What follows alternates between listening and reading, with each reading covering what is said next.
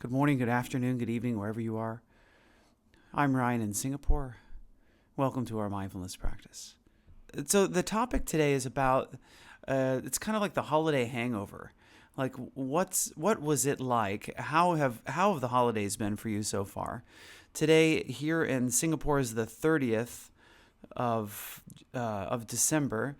So we've got the holidays mostly over. New Year's coming here really soon, but a lot of the holiday stuff has happened. And what has happened? How have you reacted? What has gone on in the holidays? And that's kind of what today's topic is about. Sometimes we have regrets about how things went for the holidays, and it's kind of like today's topic is about how do we manage that inside of ourselves when we're feeling like things could have gone better. And I'll tell you the first thing that it would happen this morning when I woke up, when I was like getting out of bed, as I was sitting on the edge of the bed. Last night we had dinner with some friends, and it was not a healthy dinner. It was an enjoyable, it was a pleasurable dinner. The company was great, but the dinner itself was not one that is. Let's see. It's not one that's going to help you to lose weight or going to help you to lower your cholesterol or anything like that. And when I got out of bed this morning, I felt my belly, and I'm kind of like, what happened was I rewound back to around August when I started doing something to lose weight, right? It was like quite intentionally eating less from August, and just thinking to myself like, oh man, like all of this work. And tell me if this sounds familiar, right? All of this work that I've put in August and to now, right? For all of these months that I've spent trying to lose weight, and wow, this one meal that I had, it was so huge, and like, oh, I'm so fat because of what I've eaten at this previous meal, and really starting to feel this regret because of this one meal, right? And also maybe after that, kind of rewinding to what I ate at Christmas, and kind of thinking about, does this unwind all of the progress that I've made in the last 3 months, these last few meals that I've eaten? Okay, this analogy or this example is not just related to food. There are all kinds of things that we might feel regrets about over the holidays, and maybe overindulging can be one of them. The other ones can be, well, was I enough? Did I do enough? That this was kind of the topic of last time, or a couple when we were talking about the holiday rush. We're just trying to make everything perfect because that's what the holidays are. The holidays require this. This is how, maybe we had perfectionist parents who said, who made the holidays a particular way for us. And we really have this expectation of things to be a particular way. Maybe those were expectations that we set for ourselves. Maybe there were expectations that other people had set in the past that we've kind of taken on for ourselves. And so now as we look back, we go, oh, this wasn't perfect.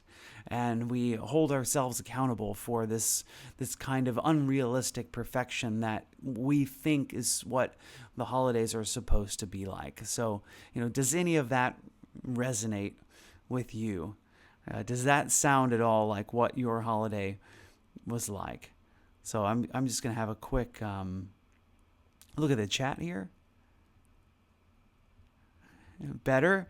Glad to see things are better.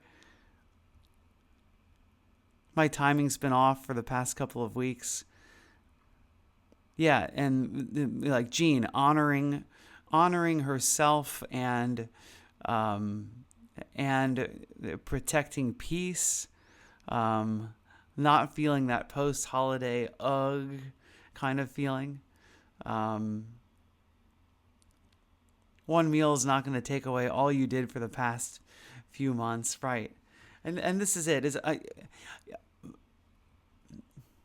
Mindfulness helps me to let it go, right? And so, I mean, all of this that I'm talking about, I think, the first step to releasing any kind of guilty feeling is realizing that that feeling is there and meeting it there, meeting yourself where you are, to recognize that this happened, that,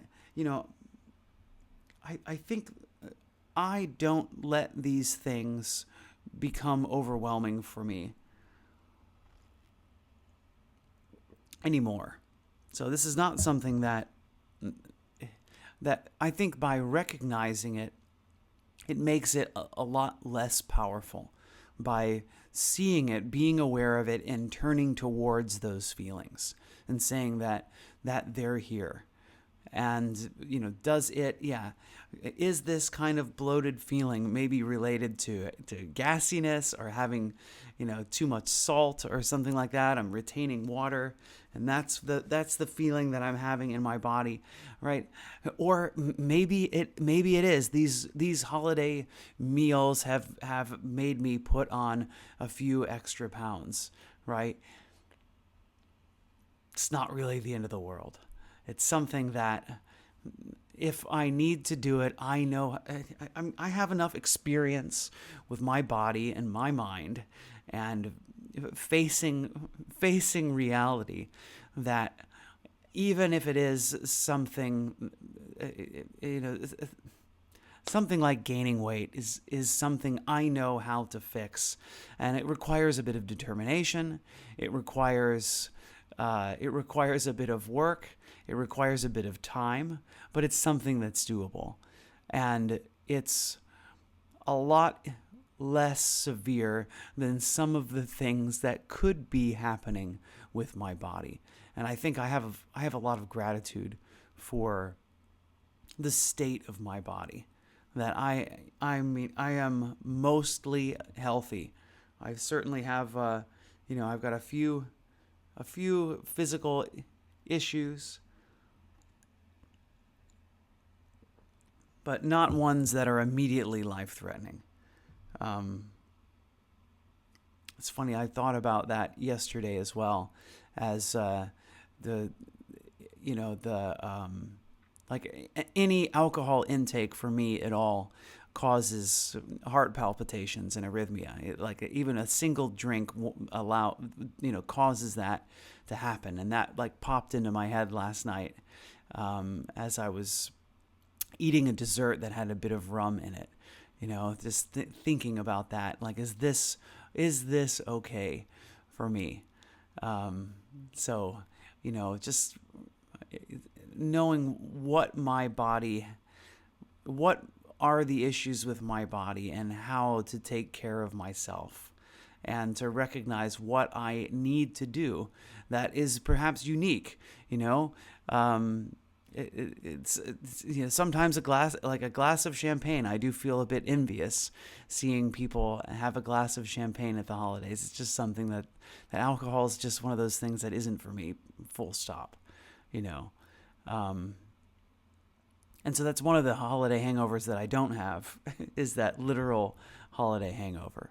So what can that look like? What, some of the things that you might feel during the holiday aftermath is feeling a bit tired, feeling tender, feeling irritable, feeling a bit flat. Maybe you've been having a lot of social interactions, and some of that is waning as the holidays are closing. After New Year's, is it possible to live in the moment instead of kind of looking, hey, what's the next thing for me to be looking forward to? So, just kind of being present, being in the moment, knowing that whatever you're feeling, it's not because you're broken. It's just the typical response of the nervous system as things ebb and flow. So some of the typical holiday aftermath states are the kind of overstimulation that we may have felt, social hangover. There can be grief, there can be loneliness, there can be family residue for having spent so much time with our family. There can be stress about money for having spent too much. There can be disrupted sleep. Too much sugar or alcohol also have effects on our bodies, and too much togetherness. So after our holiday, we may have some replay.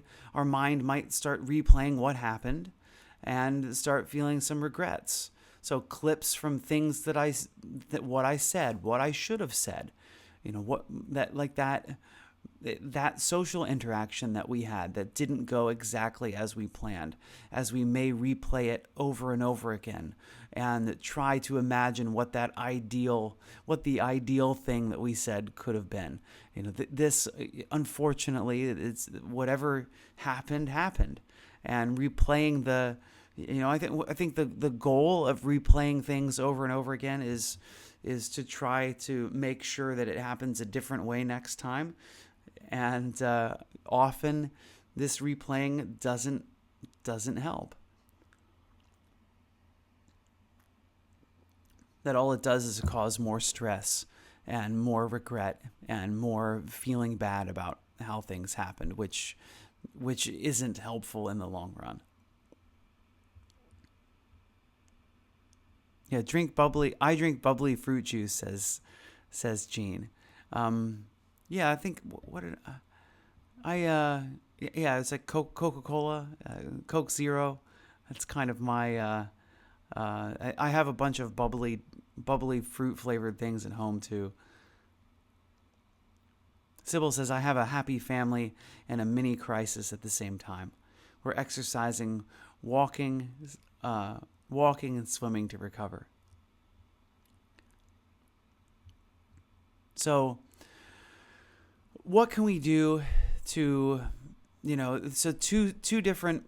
three different skills that we can work on. One, self-compassion. So paying attention and paying extra interest to ourselves. And how do we stop paying extra attention to the past? And then repair and release. So these are two different skills. Repair is something that you can do. So things that we can do to make things better. Release is releasing what we can't undo. Whatever it was that happened has happened. So it's typical for us to want to replay and to know that loop of replaying is normal. It's something that is going to happen after intense experiences. And so what the brain's trying to do is prevent future pain by rerunning the past. So, is it helpful? I think maybe on the surface it looks helpful, but this, the constant replay, what you'll tend to find is it's happening out of your control, is that you aren't intentionally replaying those events over and over again. It's something that the mind is doing by itself. And what it does, what the cost is that it keeps the body in fight or flight mode, in threat mode, and makes you smaller, harsher, and more exhausted, less able to be there for yourself and for others around you. So the key learning here is, and I'll just type it in the chat, learning can happen without punishment.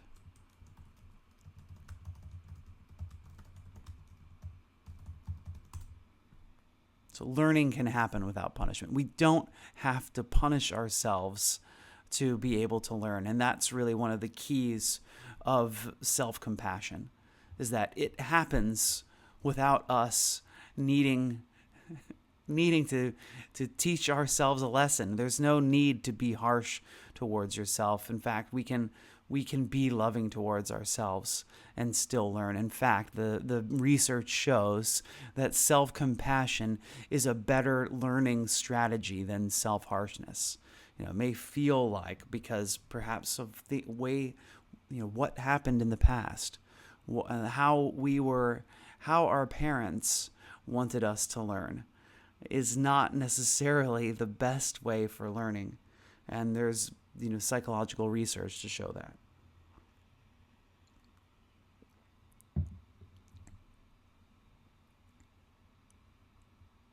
So repair without perfection. Some interaction may have been difficult. Something as simple as I got reactive. I'm sorry. I've been thinking about that moment. I want to try again. And repair doesn't have to be perfect. It can be good enough.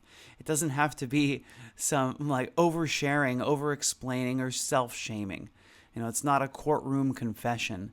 That if things were challenging, if you had challenging interactions at the holidays, now is not too late to repair them. You don't have to, cut off communication with your loved ones because of something, some political disagreement that you had over the dinner table. I'll just here. I'm have a look at the chat.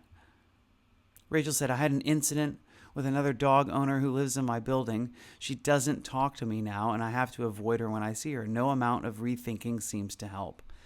And I had a discussion with my uncle over the summer that it was two of my uncles weren't talking to each other, and I kind of knew what the situation was, and who, and it was just the one uncle I talked to. I told him, I said, you know what?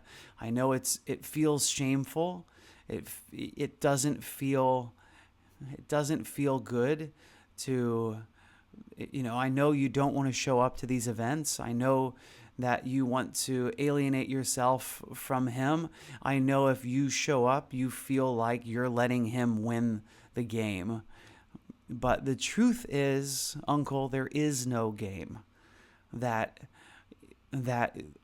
you all are getting older, and your time is limited, and my auntie, her health isn't well, and I'm just kind of telling him, hey, by continuing to hold on to this difficult situation that you're having, by holding on to your pride, you're limiting the time that your wife and her sister are going to have together. And just want to recognize that there's no prize at the end. And I know it feels sucky to have to be the one. The situation looks like even from my perspective, when I talk to my uncle, your situation looks like you're the one who's in the right, even from where I'm sitting. But because of the way this relationship is, you're the one who's going to have to move to repair things. And it sucks that that's how it is, but that's how it is. I look at both the other side of this, my other aunt and uncle. Their health is their health's in a lot worse condition. Just kind of going, man, we just don't know, and maybe age isn't necessarily an indicator as well of how much time we have left on this earth. There's too much. There's too much that we don't know to be holding on to grudges. You never know if this is the last time that I can say I love you to this family member. So my encouragement for you as well is just see if you can let go, see if you can repair. And I don't mean to say that it's important to repair the relationship with the other dog owner in the building. That may not be the best thing to do, but you'll know. You have the wisdom to know how to make things comfortable? Is it something that you need to apologize about? How uncomfortable is it? You know, so I guess thanks for bringing it up, Rachel. It's good to kind of look into that space, not just with a person who doesn't matter, but also considering people who do matter a lot more. And not to say that this other dog owner doesn't matter, but in the grand scheme of things, I would imagine they matter a lot less than a family member or a close friend. So, repair without perfection, release without bypassing. No need to pretend that it didn't happen or deny it. Release involves accepting reality.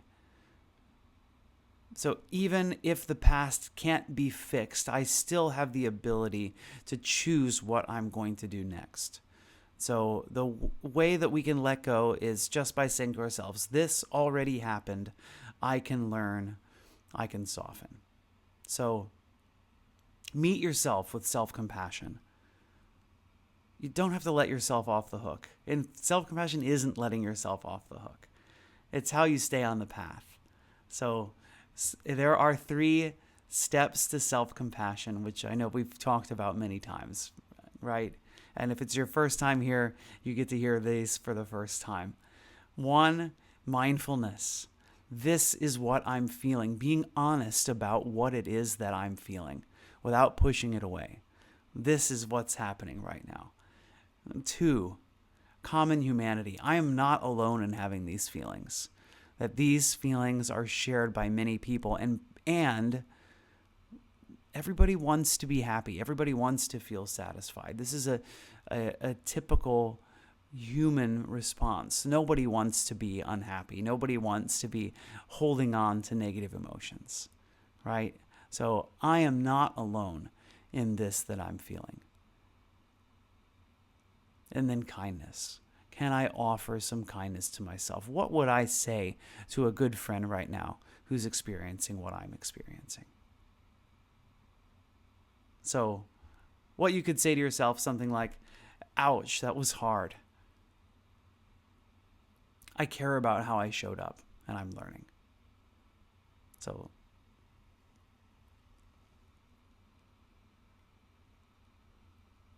well, all the best, Rachel, as you navigate that, and I trust that you have the wisdom to take care of that well, whatever that means. And if that means acceptance that this other dog owner is just going, that this is how it has to be, and to not be so bothered by it because that is how it is. I'm sure you'll be able to navigate that. So let's go ahead and get into our meditation practice. Today's practice is all about self-compassion. So get comfortable.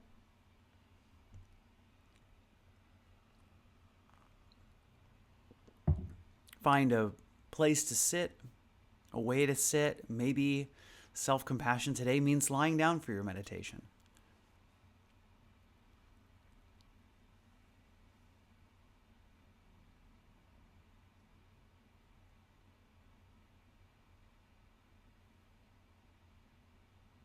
So noticing the body.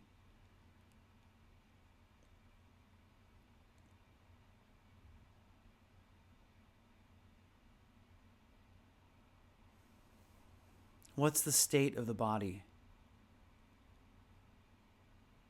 Feeling into your face, feeling into your shoulders, feeling into your jaw. Do you notice tension?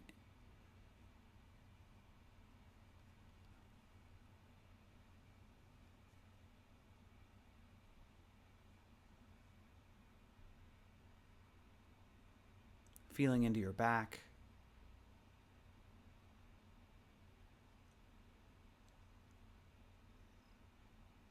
Noticing your breath.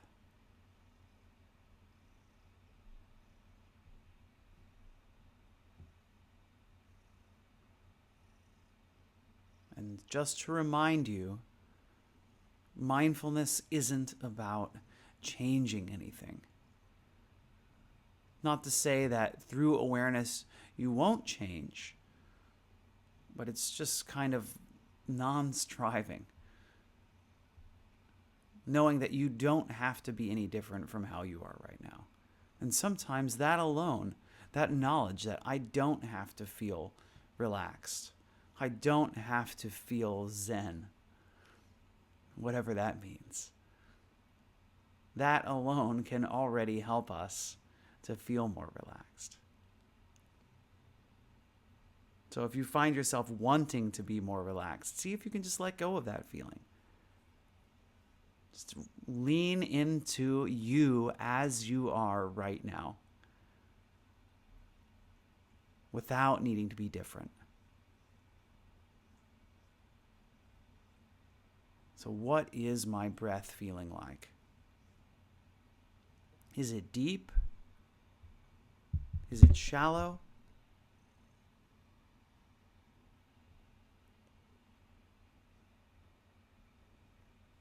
Is it short? Is it long? So whatever it is, being with it as it is. And seeing if you can focus your attention not on thoughts, not on the emotional landscape. See if you can focus your entire attention on the feelings of your body right now.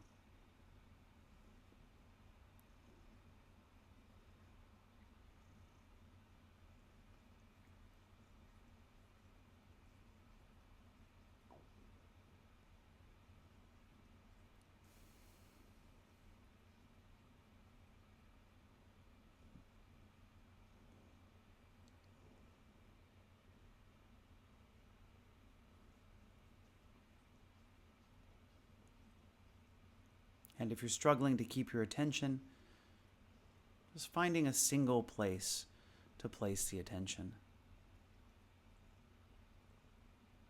Maybe on the belly, feeling the belly rising and falling with the breath.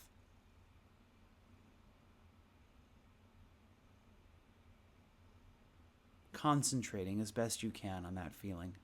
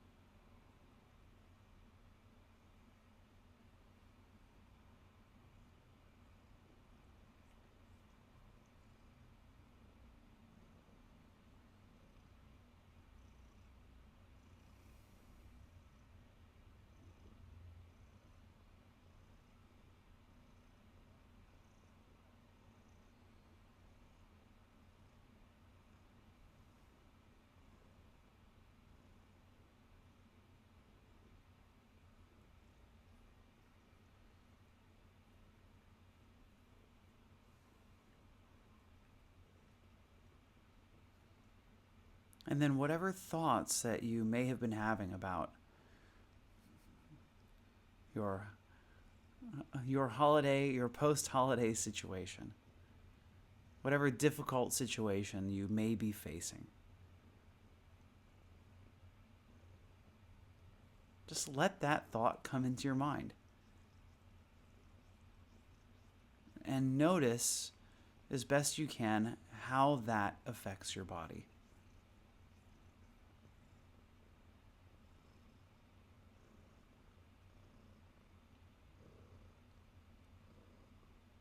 Notice how it affects your breath.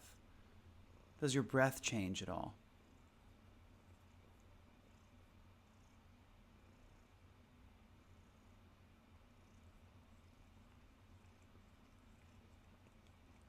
And so recognizing that you are not alone in the feelings that you're having. That Everybody else who's here meditating with you right now is probably having some similar feeling that you're having. And by the way, not just those who are here with us, this feeling that you're having is probably shared by many, many people, especially during this time of year. So you are not alone in what it is that you're feeling.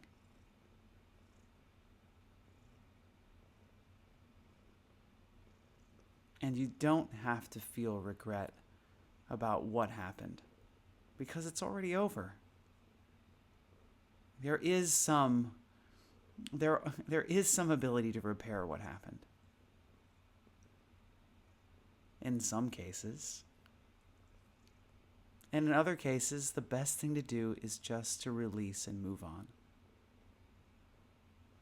And to remember that there isn't something so great about reliving it over and over again. There's only so much we can learn through that mindless reliving.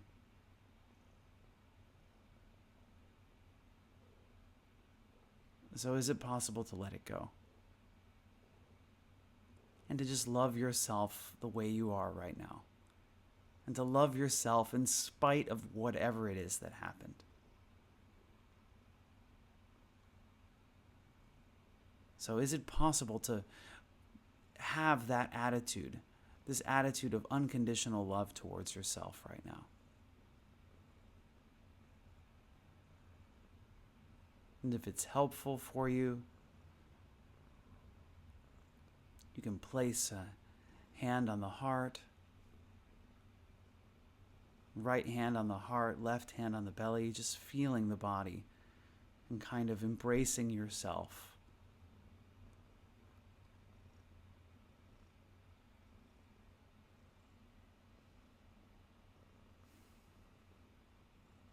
Offering compassion to yourself in this potentially difficult time.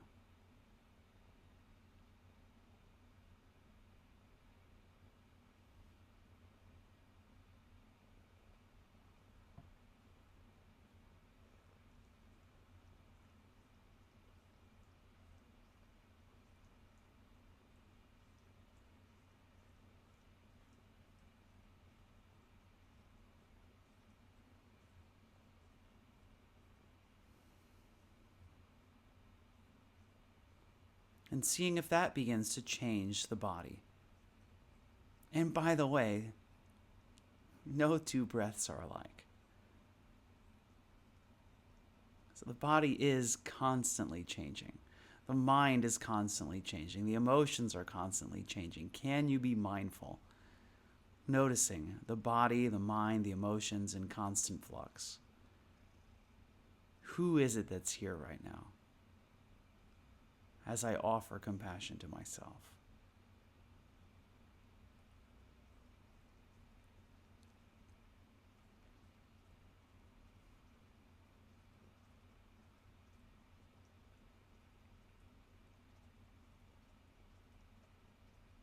And so if you like, you can offer some phrases to yourself. So if you like, you can repeat these phrases after me. Or if you prefer, you can just listen to them.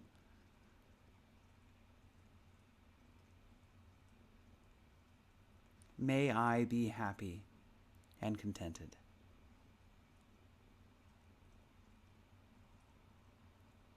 Despite everything that's happened, may I be happy and contented.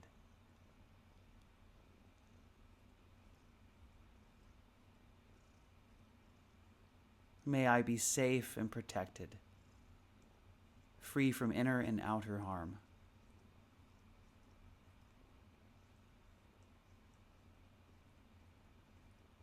May I be safe and protected, free from inner and outer harm.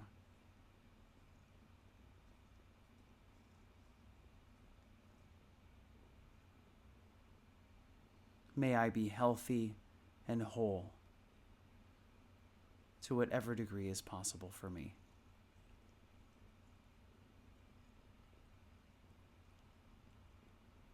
May I be healthy and whole to whatever degree is possible. May I have courage to take good care of myself.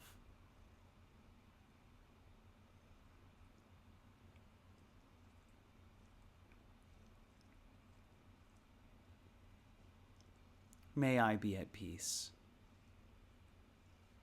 May I have ease of well-being.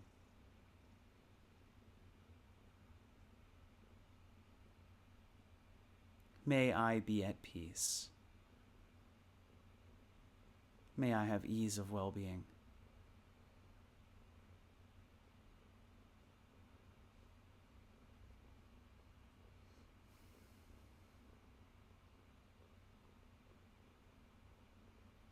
And so knowing that you don't have to repeat these phrases like a mantra. In fact, what's most beneficial is really falling into the feelings that come along with these. What's it feel like to be happy? What's it feel like to be safe? What's it feel like to be whole and complete? What's it feel like to be peaceful? Remembering these.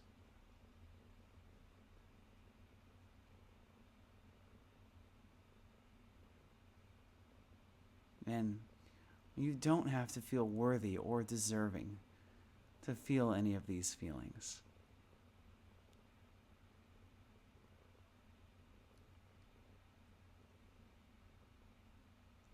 In fact, the next step to healing is not shame. It is being kind to ourselves. It doesn't mean we're letting ourselves off the hook or being easy on ourselves. It is the next step to healing and to moving forward. And to making the better decision next time, too.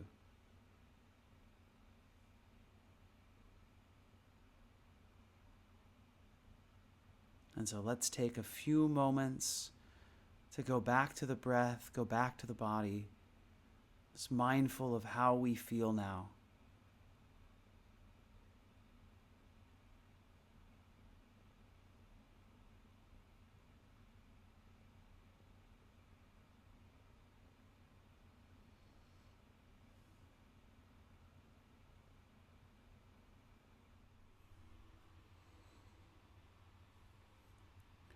And let's close our practice with 3 rings of the bell.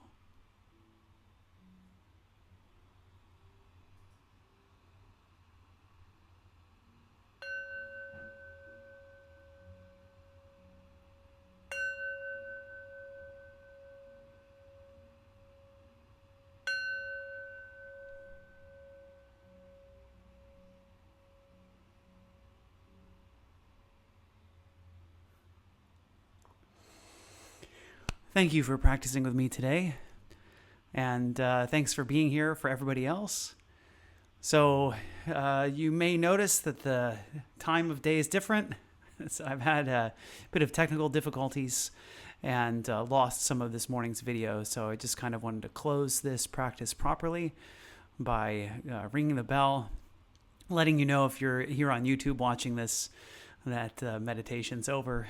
And obviously there's no audience now, so no chat interaction today. But I would like to close practice together with you as we do with well wishes for yourself and for those around us. So follow along with me if you like. May I be happy and peaceful.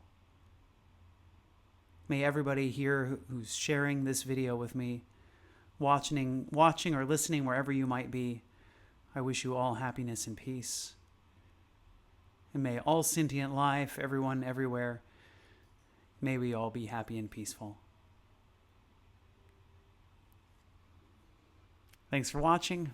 See you again soon. Bye-bye.